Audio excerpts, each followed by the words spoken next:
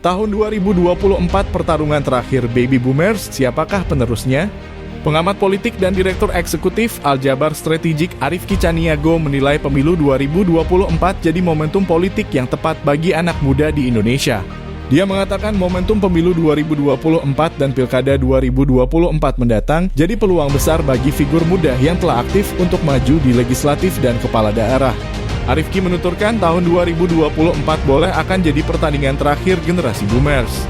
Generasi yang lahir dari tahun 1946 sampai 1964 ini memaksimalkan kesempatan terakhir atau mempersiapkan kaderisasi sebagai penerus jalannya di politik. Anak-anak muda potensial di Indonesia sudah seharusnya segera mengambil tempat di tahun 2024. Peluangnya ada di legislatif dan pilkada. Di tahun 2024 nanti kita melihat peluang anak-anak muda sebagai anggota DPRD atau DPR RI.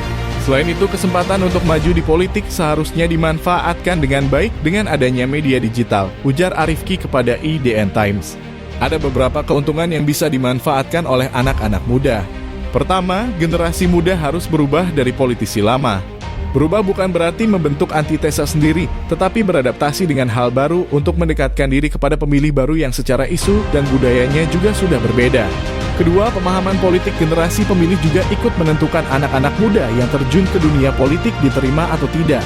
Meskipun politisi generasi X dalam kurun kelahiran 1965 hingga 1976 masih eksis di politik dan memiliki infrastruktur politik yang kuat. Jika berjauhan dengan anak-anak muda, maka juga harus siap jika ditinggalkan pemilih di tahun 2024, ucap dia. Selain itu, pemanfaatan media dan strategi politiknya juga perlu berubah. Anak muda, terutama generasi Y dan Z, sangat menyukai value mereka sendiri. Sebagai pemilik suara yang besar di pemilu 2024, memperhatikan generasi ini sebagai objek dan subjek politik tidak bisa dihindari. Perubahan strategi dan cara pandang politik akan menjadi peluang besar bagi anak-anak muda Indonesia yang maju di politik tahun 2024.